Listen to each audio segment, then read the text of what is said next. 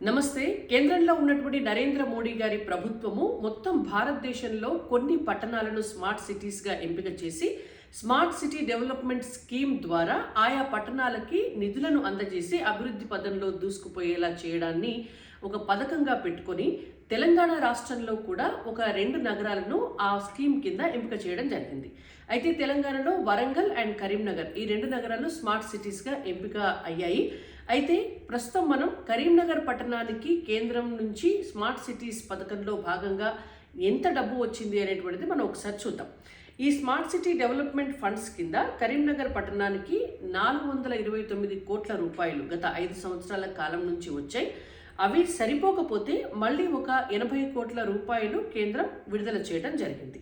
ఇవే కాకుండా MP LADS నిధులు అంటే కరీంనగర్ ఎంపీగా ఉన్నటువంటి బండి సంజయ్ గారు వారి ప్రత్యేకమైనటువంటి నిధుల నుంచి కరీంనగర్ మున్సిపాలిటీకి అంటే మున్సిపల్ కార్పొరేషన్కి ఆ పట్టణానికి 3,29,00,000 ఎంపీ లాడ్స్ విడుదల చేయడం జరిగింది.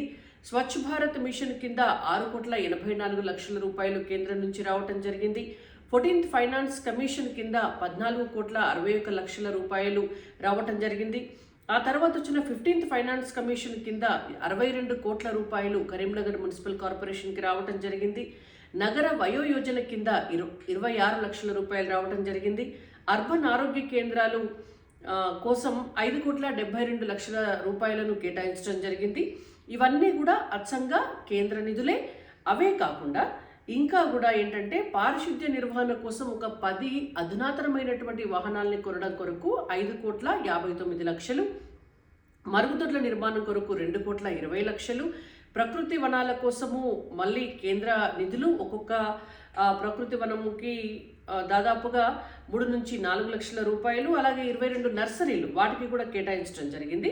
ఒకటి ఇంటిగ్రేటెడ్ మార్కెట్ కొరకు 40 కోట్ల రూపాయలు, అలాగే ఒక 20 కోట్ల రూపాయలు పార్కుల సుందరీకరణ వసతుల కొరకు, అలాగే 3,20,00,000 రూపాయలు దాదాపుగా మనము ఓపెన్ జిమ్ల కొరకు, దాంతోపాటుగా సెంట్రల్ లైటింగ్ సిస్టమ్, దాంతోపాటుగా 15వ ఆర్థిక సంఘ నిధులతోటి పార్కుల ఆధునీకరణ, 2 కోట్ల నిధులతోటి అన్ని వసతులు ఏర్పాటు చేయటము, వైకుంఠ ధామాలను ఏర్పాటు చేయడంతో పాటు వాటిల్లో వసతులు ఏర్పాటు చేయడము, 10 కోట్ల రూపాయలతోటి జిల్లా గ్రంథాలయాన్ని ఏర్పాటు చేయటము, అనాథ పిల్లల కొరకు 2 కోట్ల రూపాయలతోటి బాల సదన్ భవనం నిర్మాణం ఏర్పాటు చేయటము, 26 కోట్ల రూపాయలతోటి మోడర్న్ షాపింగ్ కాంప్లెక్స్ నిర్మాణాన్ని ఏర్పాటు చేయటము, 7 కోట్ల రూపాయలతోటి 2 గవర్నమెంట్ స్కూల్స్ని ఆధునీకరించటము, వాటితో పాటు ఇంటిగ్రేటెడ్ కమాండ్ కంట్రోల్ సెంటర్ కోసం ఒక 100 crores నిధులను కేటాయించటము.